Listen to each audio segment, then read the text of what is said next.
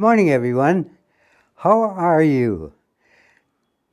That usually is answered by, I'm fine, I'm good. What I like to say when you ask me, how are you, Father Cap Miller? I say, blessed, because that's what I'm going to talk about today also. I've been asked many questions by young people, and I'm going to tell you about some of them and then weave it all together in a story of my pilgrimage, the story of my life. Questions are like this. Why did you become a priest? Another one is, what's the purpose of life?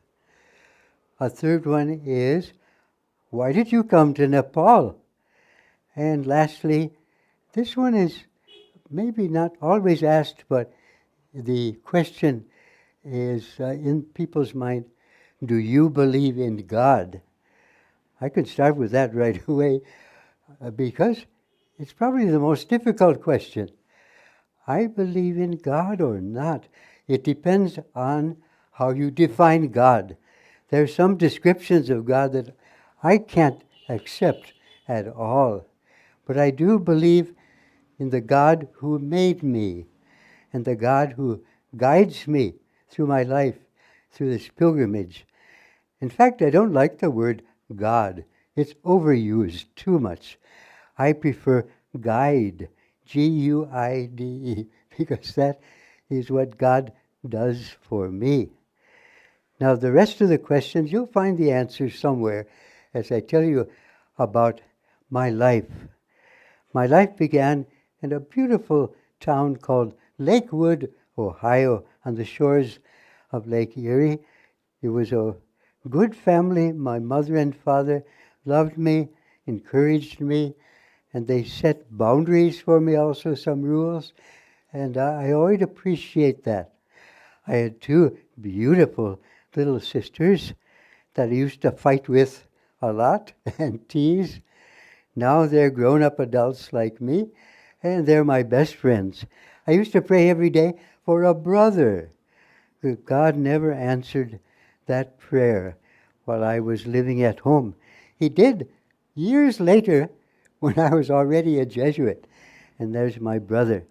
My sisters, Laura and Emily, and Chris, they are my best friends. My father had a good job, and we were comfortably off. He worked for an airlines. He worked his way up. And one problem was, every year he was getting transferred as he moved up the rungs of the ladder. And so that meant changing schools for us. In 9 years of schooling, from kindergarten to the end of elementary school, class 8, I changed schools 7 times. The result, I had not a single friend. I was always the new boy in the school, and I had a funny name, Casper. Nobody else had that name. They were all Tom and Jerry and Mike. And so I got a lot of teasing, and I was bullied a lot. So for me, I would say the purpose of my life at that time was to protect myself, to be safe. And I was safe only when I would get home from school. And there I stayed and read books and played with the dog, learned the piano. Now when I was in class 8, my father told the company, the airlines company, I want my son to go to the same school for high school, to have a normal high school life. And so if you try to transfer me again, I'm going to quit. So I really thank my dad for that. So I got a seat in St. Ignatius School, Jesuit school, where my father had studied, and I loved it. This extrovert Cap Miller, I was really an extrovert inside, but I never had a chance to show it, changing schools. Then I really had an extroverted life, which I enjoyed so much. I was good in studies. I loved my teachers, especially the young Jesuits who were teaching us. And I joined every club I could. There was the marching band. We walked up and down during football matches. And then there was a singing club, a glee club. I represented our school on the tennis team. I loved that sport. And most of all, the drama club, right from uh, class 9. And that, if you had asked me during that time, what is the purpose of life? I'd say, what are you talking about? Purpose of life? Oh, I guess it is to have fun, to have a lot of fun, very shallow. Then one day, I was in class 10, the principal announced over the speaker, all the boys now, it was an all-boys school, go to the school church. There's going to be a special service with a blessing. That's all I remember about why we went to the church. At the end, after we were blessed, we all stood up and began to sing, Holy God, we praise thy name. 700 boys.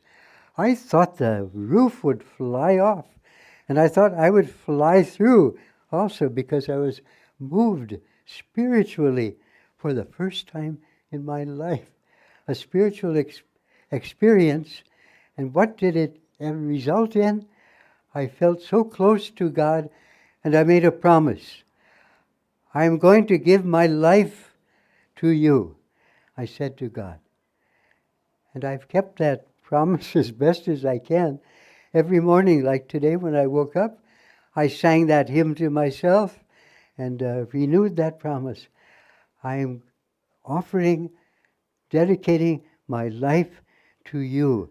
Of course, I had to find out what that would mean in practical terms. So in my junior year, senior year, I was struggling with that. How can I do that? How can I give my life to God in the best way possible? I had a very busy social life, a lot of friends, a new girlfriend every year. The one that I had in class 12, Helen, oh, she was a beauty. And so I thought, what can I do now? So during a retreat at school, I realized becoming a Jesuit is the best way I can give my life to God. None of my friends believed me. One of the girls said, Cappy, as they called me, you're not spiritual at all. How can you be a priest? And at the party that they arranged for me in a ballroom for my friends, I was dancing with Helen and wondering how she feels about it. I'll be leaving her and going off to be a celibate priest. And then as we danced, Helen whispered in my ear, Cappy, even before you decided to be a priest, I had decided to be a nun. So I was going to leave you before you were going to leave me. And that she did. She became a nun working as a medical missionary in South America, her whole life down there. But a really important event in my life was when I was at a party at the house of a very pretty girl, Nancy. She wasn't my girlfriend, but she was a girlfriend of my best friend. I was playing the piano, everybody was singing, we're having a wonderful time. At the end of the song, she leaned over to me, said, Cappy, I give you 3 weeks. What did she mean? She said, in 3 weeks you will be back from that training center. You won't be able to take it. You're a party boy. You will be back. 30 days I give you. I didn't believe her. I said, no, I won't. So off I went to become a Jesuit, and 30 days, sure enough, I was thinking, what made me think was the noise coming from the town. There was a high school near our training center. They had a football team. This was September, American football time. And I could hear the band playing and the audience, the fans cheering for their team. And I thought, oh my gosh, I wish I could be back with my friends, back with my family. Ah, but also I want to be a priest. I was in a real dilemma. What shall I do? And I prayed to Mother Mary, the mother of Jesus. What am I going to do? And then I was inspired by what Nancy said to me. I give you 30 days. Now I should tell you about my background, my ancestry. I'm mostly Irish. Irish love to have a good time. But I have some German blood too. And we Germans, we can be very, very stubborn. So I heard Nancy saying to me, Cappy, I give you 30 days. And I thought if I go now, go back to Lakewood, she's going to say, I told you so. And I said, I'm not going to give Nancy that pleasure. I'm staying right here. And next morning, everything was calm again. I said, yeah, that's what I really want to be. I don't want to go back and be a high school boy. I want to stay here and become a priest. And so I carried on with the training, which was really rough on me. I had such an active life. In the novitiate for 2 years, silence. We were not allowed to talk. The man in charge, our novice master, said, if you have to say something, okay, say it, but it has to be in the Latin language. So that kept us quiet. We could say and speak to one another, the other candidates, the other novices. We could speak together only for half an hour after supper. And the time went by somehow or other. None of the things I loved to do. I was allowed no novels, no piano, no movies. Everything was no, no, no. I survived. A lot didn't. We were 44 in that group. Some didn't. One of them that did survive was John Locke, who became a Jesuit priest here in Nepal with me also. And so I got through that period and the next period also. Things were going fine. Another crisis came along. The provincial, the head of our province there, needed to send some young men to Nepal.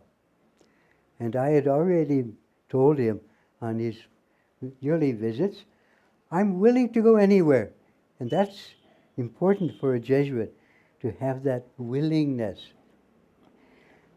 But in my mind, as I'm willing to go anywhere, but I don't want to go anywhere.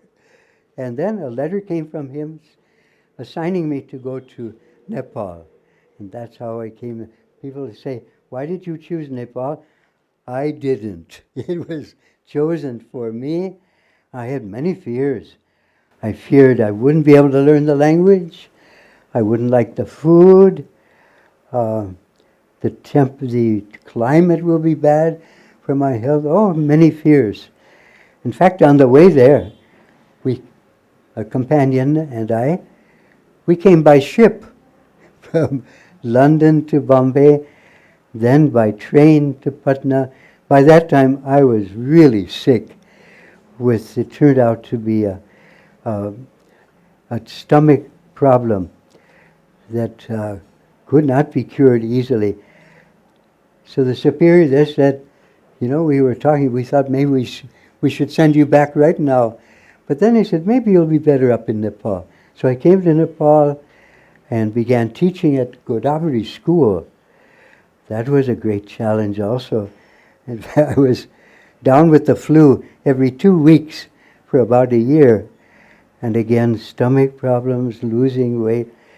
Again, the authorities in Nepal said, maybe we better send you home. I said, oh, please don't. Let me stay here. Because I had those fears, but I love it here. The people are so good. I don't want to go anywhere. I want to spend my life here. And then, after 12 years, I was able to apply for citizenship, and I became a citizen of Nepal. That was a big change in my psychological frame of mind. I didn't feel like I was a guest anymore, that I did belong, that I was a citizen of this country. And I never want to go anywhere again, although superiors, they have the power to send me anywhere they want.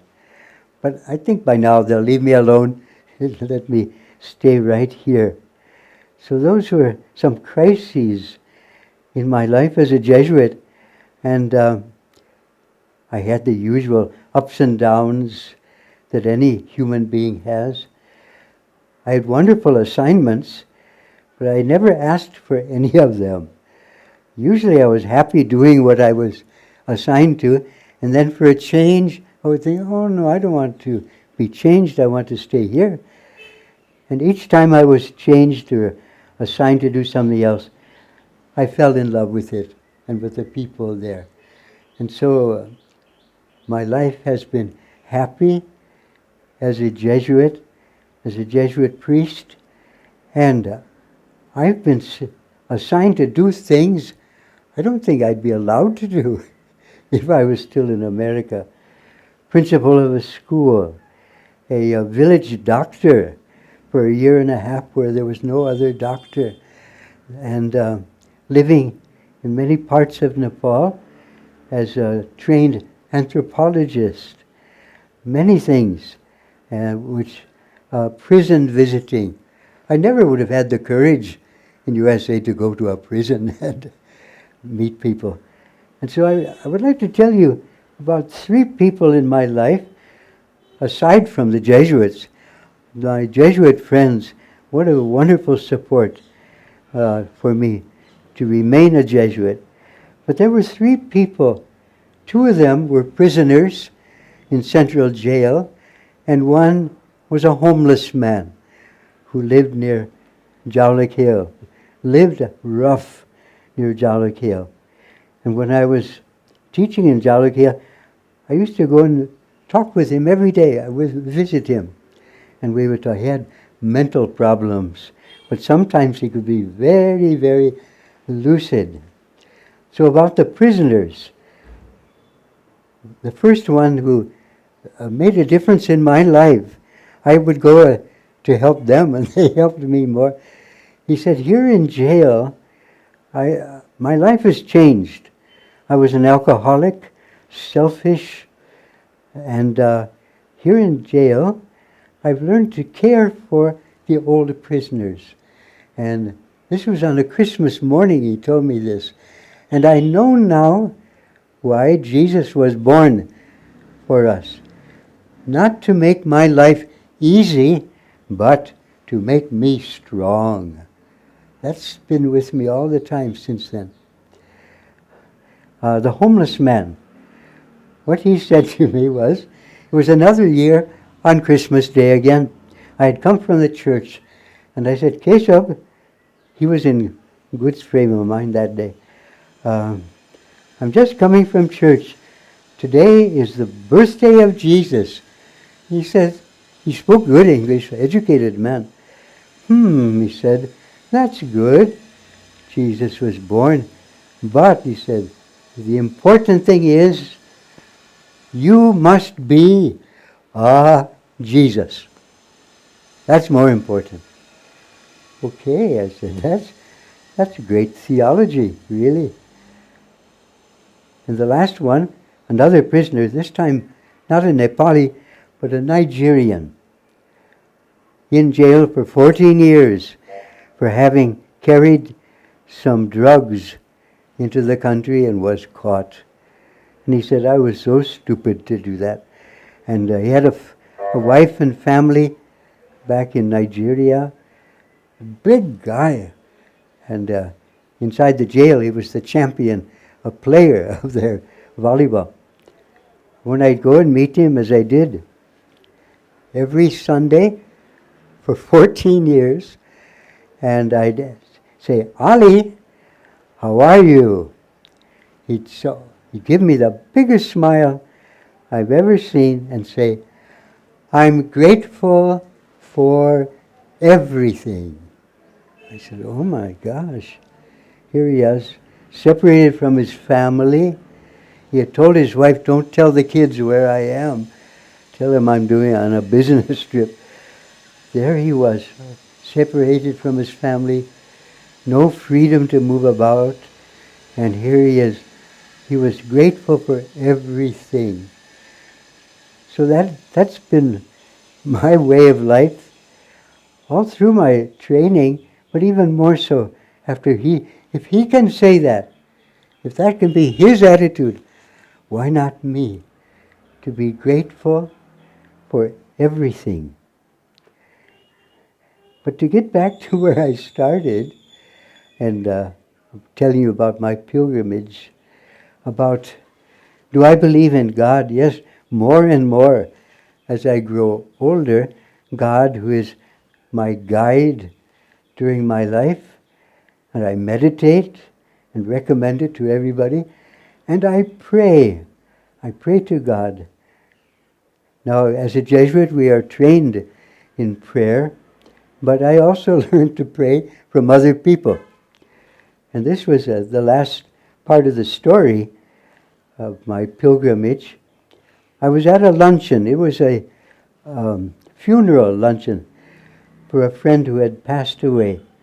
And there was a former student of mine from Godavari, middle-aged man now, very successful businessman, one of the wealthiest men I know.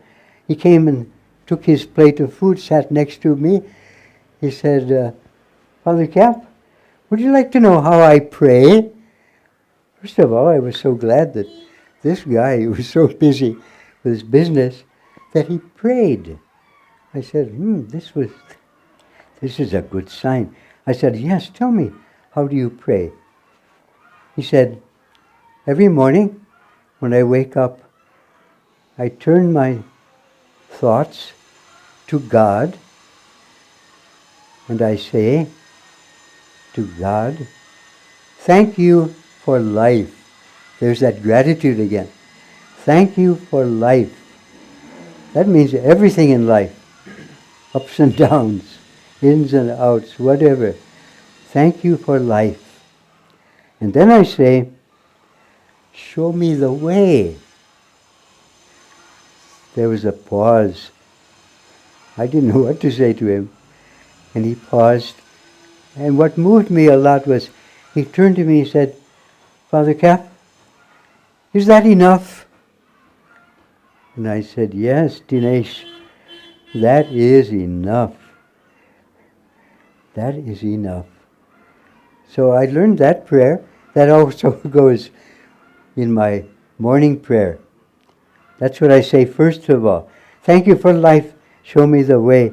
And then I sing, Holy God, I praise thy name, and I'm giving my life to you, Lord. And I give my life, as I learned as a Jesuit, the only way I can give my life to God is in serving the children of God, to reaching out to others, to make them the center of my life, not me, but them.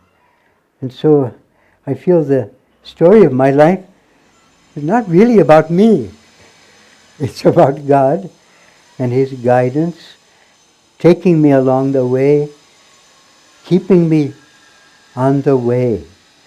And so, my friends, my story has ended. The real work begins today for you and me. The real work is to live our purpose for life. And I hope that you are looking for that purpose, and I hope you have found it, and that it will involve love.